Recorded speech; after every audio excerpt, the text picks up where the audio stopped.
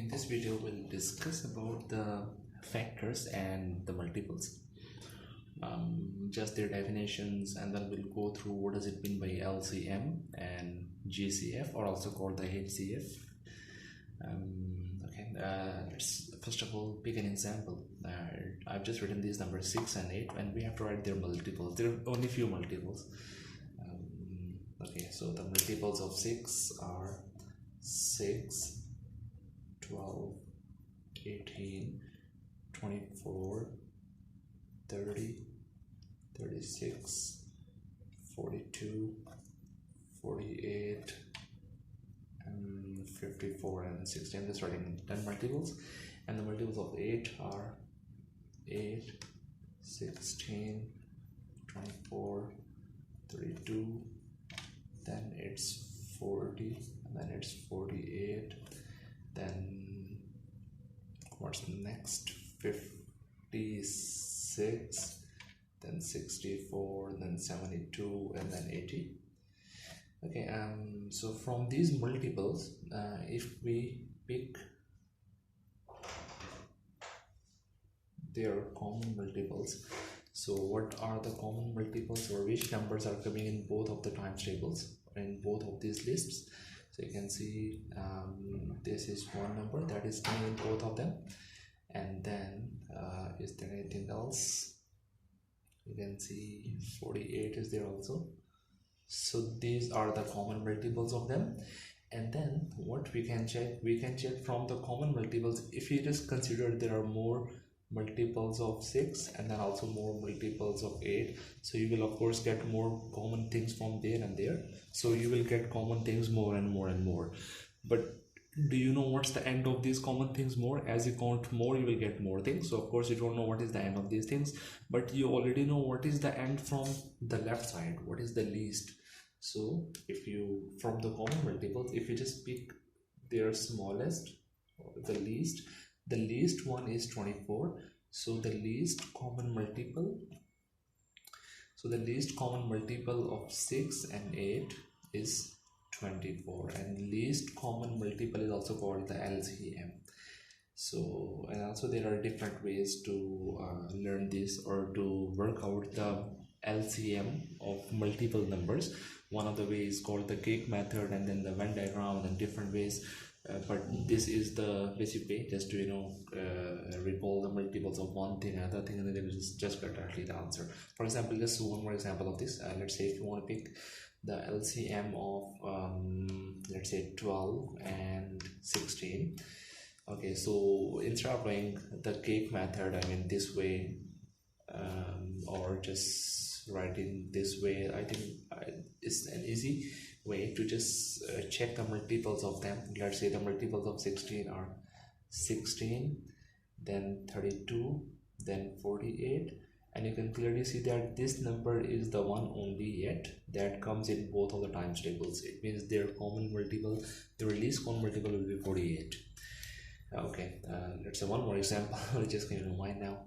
Let's say if you're working on to find the LCM of three numbers this time, 10, 12, and let's say 20. Okay, just check if you get the answer directly without any working out. Just you have to check these three numbers. If you just count their multiples, these three will match at what number? I'll tell you the easy way now. Basically, what we just have to count their multiples only, right? But the easy way is that to find the least common multiple, to find the least thing, you have to pick the biggest number if you want to do it mentally. So this is the biggest number, just check their multiples. So the multiples of 20 are 20, but 20 doesn't come in these times tables, in both of the times tables. Then go to 40. 40 doesn't come in both these times tables. Then the next is 60. Yeah, 60 is the one that also comes in these two times tables as well. So the answer of these things, or the LCM of these things, is 60. Alright, okay, let's move on to factors. I've just written these numbers again. So if you want to write the factors of these things, what are the factors of 8? Factors is a number that divides this thing. So which numbers divides 8? 1, 8 times, 2 divides 8 4 times, and then that's it. There is no more number, so it's just 1 2 4. I'll just write them together. Okay, I'll just disregard this now. Okay, so these are the factors of 8. Now write the factors of 24. So 1 goes to 24 24 times, then 2 goes to 24 12 times, then 3 goes to 24, how many times? 3 times 8 is 24, and then also 4 goes to 24 6 times, so there is no space here. I'll just write it there. So 4 and 6, that's it. Okay, this time from the factors you have to check their common factors again. Okay, so what are their common factors? You can see I'll just choose a different color now. The common factors are these, then these, and then 4 comes in both of them, and also 8 comes in both of them, right? That's it. Okay, so from the common factors we can okay, so from the common factors, if we pick the greatest, or also called the highest, depends on your requirement. So this is called the GCF, the greatest common factor, or this is also called the highest common factor, so HCF, your choice, whichever you learn in your book.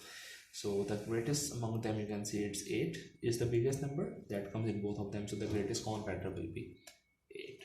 So greatest common factor, basically your GCF means you have to pick from their factors, you have to pick which is the biggest number that they both goes to. Or if you want to do it mentally, I'll just write the numbers, let's say 12 and 20. So you have to pick their greatest common factor. So for, as I told you there, for least you have to pick the biggest number if you want to do mentally, and if you want to do mentally for this, for the greatest, you have to pick the smallest number. So what are the factors of 12? Factors of 12 are 1. If you just make a pair, that will be easy for you. 1 and 12, but you can see this goes, but this doesn't go to 20. Then choose the next. 2 goes to 20. 2 goes to 12 6 times. So this goes, but this doesn't go. Then 3 goes to 12 4 times. So 3 doesn't go, but 4 goes to this. And this is the list. The list is over, so you can see from this the biggest number is 4 that goes to them, so 4 is the greatest common factor of this. But there are also different ways. You can go for the Venn diagram, you can go for the peak method, you can also go for, there's something called prime factorization. So different ways are there, but this was the way I just want to tell you, just the basic way. What does it mean by these things and these things?